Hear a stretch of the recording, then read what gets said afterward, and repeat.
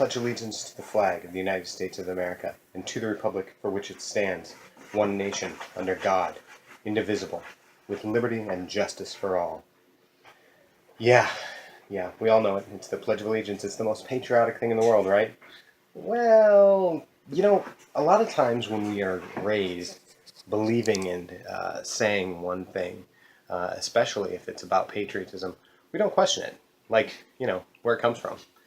Being at university level has taught me to think critically about just about everything. Ask why, ask when, ask where, specifically where things come from, and in this case, the Pledge of Allegiance. Turns out the Pledge of Allegiance in the early 1800s was designed as a marketing campaign to sell more flags. Yes, that's right, sell more flags. A company decided they were going to sell a bunch of flags, so they invited all the schools in the country to come to something, and they sold flags to each of those schools. And of course, if you're going to sell flags, you have to have a way to get kids to support it, right? So they taught the Pledge of Allegiance, which then became standard to say in schools. So the under God debate and controversy, which would come many, many years later, has nothing on the capitalism conspiracy or the capitalism debate. So if you don't believe me, go ahead and Google it. A lot of things, it turns out, come from places that you wouldn't expect. Marketing campaigns that tell us that one thing is the way that it should be, when in reality, it's not. So for example, did you know that diamonds are not valuable or rare? Yeah, it's true. The De Beers Company came up with an advertising campaign many years ago that was that you should spend at least 2 paychecks on a good diamond ring, especially an engagement ring, and the engagement ring has to be diamond. Then it went one step further and said it should be at least a month's salary. And now they own most of the diamond distributors, so they can control the flow of diamonds. They're not that rare. They are unique, but they're not that rare. Another fun thing, did you know the chocolate diamond is simply a dirty diamond? That's true too. So capitalism is everywhere. Marketing is everywhere, and there's lots of tips and tricks and things like that that make you believe that certain things are a certain way, but they're not. Now you know, a little more enlightened. Here's another fun fact. Did you know that when you like things on Facebook and Twitter, especially companies, that you're not just telling that brand or your friends that you support that brand, you're giving them so much analytical and tracking data that it's insane. You see, companies, I know this because I'm a social media marketer, companies use your likes and follows to market to you and to market similar products. That's what Facebook does.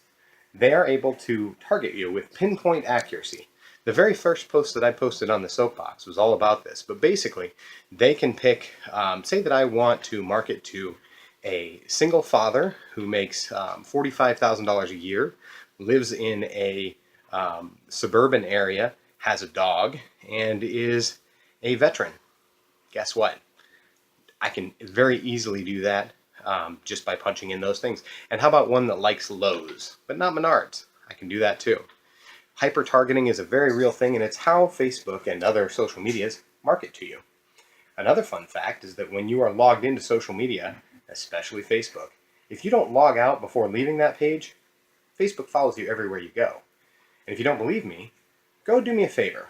Right after you're done watching this video, log into Facebook, scroll through your feed, and then go to Amazon and simply search for, let's see, what should I have you search for? Here's a fun one. The Zombie Survival Guide by Max Brooks. Just search for it. Don't put it in your cart. Maybe look through the preview of it. Then log out of Amazon and go get on Facebook. If you don't see an ad within 20 minutes of zombie stuff or the Zombie Survival Guide on your timeline or on the side of your news feed, I'll be shocked. Because that's what it does. It's called guerrilla marketing. It has to be cheap, it has to be fast, it has to be easy, and most importantly, it has to be evergreen. You have to see it at least 10 times for it to be effective. And social media is the king of guerrilla marketing. So now you know about that. Capitalism is everywhere. It's good, it's bad, say what you want, but it follows you everywhere. You're manipulated every single turn.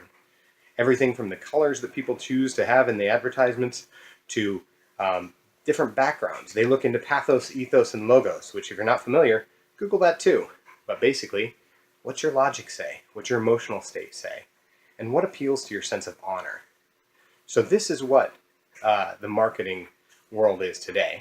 I'm not saying it's a bad thing, but you should know that you're being manipulated 99% of the time to like and buy and share the things that they want you to like, buy, and share, so that your friends can be influenced as well, because you have a huge, huge spectrum of influence. And as far as that Pledge of Allegiance thing goes, I'm going to go ahead and leave a link down in the description to back that up too. So next time you say the Pledge of Allegiance, which I still encourage, I think it's still patriotic, at least know where it came from. I'm going to go ahead and step off the soapbox, but thanks for watching, and feel free to share with your friends, and if you haven't hit that subscribe button, do so. Hit the bell too, and then you can see when I go on other rants like this. God bless America, God bless you, and go be a free thinker and free speaker. See ya!